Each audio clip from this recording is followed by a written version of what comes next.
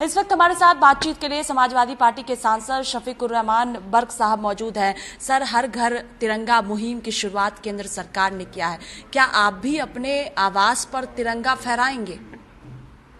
देखिए, मैं फहराऊंगा या नहीं फहराऊंगा, 15 अगस्त को ये 15 अगस्त मनाया जाएगा और उसमें अब 75 साल ये हमारी आज़ादी को भी हो रहे हैं। तो इसमें कोई, और मैं जगह जगह स्कूल कॉलेजों में मुझे मदऊ किया जाता है, मैं झंडा जाकर फहराता भी हूँ। कुछ जुर्म थोड़ा ही फहराना या बुरी बात नहीं है, लेकिन उसका मिसयूज़ गलत है। अगर उसको अपने किसी मकसद हासिल करने के लिए अगर वो इस वक्त उसका ये काम लिया जा रहा तो ये मुनासिब नहीं, इसलिए अपोजिशन शरीक नहीं हो रहा।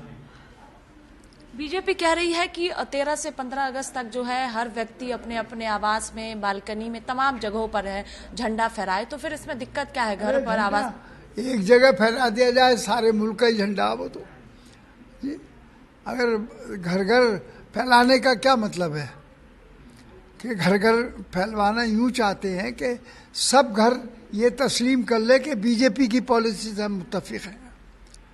तो इसलिए बीजेपी की पॉलिसी से सब लोग मुत्तफिक नहीं है ना, अपोजिशन तो सब खिलाफ ही है उनके। तो इस मौके पर भी बहरहाल वो अपनी पॉलिसी को पर्दे दर पर्दा अंदर अंदर बहरहाल अमल कुछ है, करना कुछ है। आज तक तिरंगा बाइक रैली निकाली गई जहां पर तमाम मंत्री मौजूद थे, सांसद मौजूद थे। कहा गया कि विपक्ष के नेताओं को भी आमंत्रण किया गया है, लेकिन विपक्ष के कोई भी नेता बाइक रैली में नहीं दिखे। हाँ, वैसे विपक्ष में कोई मीटिंग तो हुई नहीं, मेरे तो इल्म है नहीं। बहरहाल अब उन्होंने बाइकाट किया है, नहीं गए हैं नई मीटिंग में, उनकी जुलूस में नहीं शामिल हुए, तो ये कोई जुर्म भी नहीं है। कई मंत्री हैं जो कह रहे हैं कि राष्ट्रहित की बात है, ऐसे में सियासत नहीं होनी चाहिए। जो तमाम विपक्षी पार्टियों के नेता ईमानदारी से मतलब ये दिल की गहराइयों से अपनी पूछो कि हम सही कर रहे हैं या गलत कर रहे हैं। भाई मतलब ये है कि ये कहना तो आसान है कि ये राष्ट्र का मामला है, सब कुछ है, ठीक है, राष्ट्र के मामले में हम साथ हैं, सबसे आगे हैं। हम हिंदुस्तान को ऊंचा देखना चाहते हैं, तरक्की चाहते हैं, भला चाहते हैं। हम ये जो देश के अंदर ये नफ़रत की जो लहर दौड़ी हुई है, इसको ख़त्म करना चाहते हैं, मोहब्बत की लहर दौड़ाना चाहते हैं। तो हम कब साथ नहीं हैं? देश के हर वक्त अब साथ हैं, लेकिन देश की मर्ज़ी के ख़िलाफ़ अगर कोई काम किया जाएगा तो उसमें बहरहाल लोगों को एतराज़ होता है। तो बार बार जो कहा जा रहा है कि विपक्ष के नेताओं को बुलाया गया था तिरंगा बाइक रैली में, तो क्या ऐसा? मुझे तो नहीं बुलाया गया था, मेरे पास तो कोई दावत नहीं था, ना कोई मैंने इसका कोई ऐलान देखा कहीं। तो आपको लगता है कि तिरंगा के नाम पर सियासत देश में किया जा रहा है?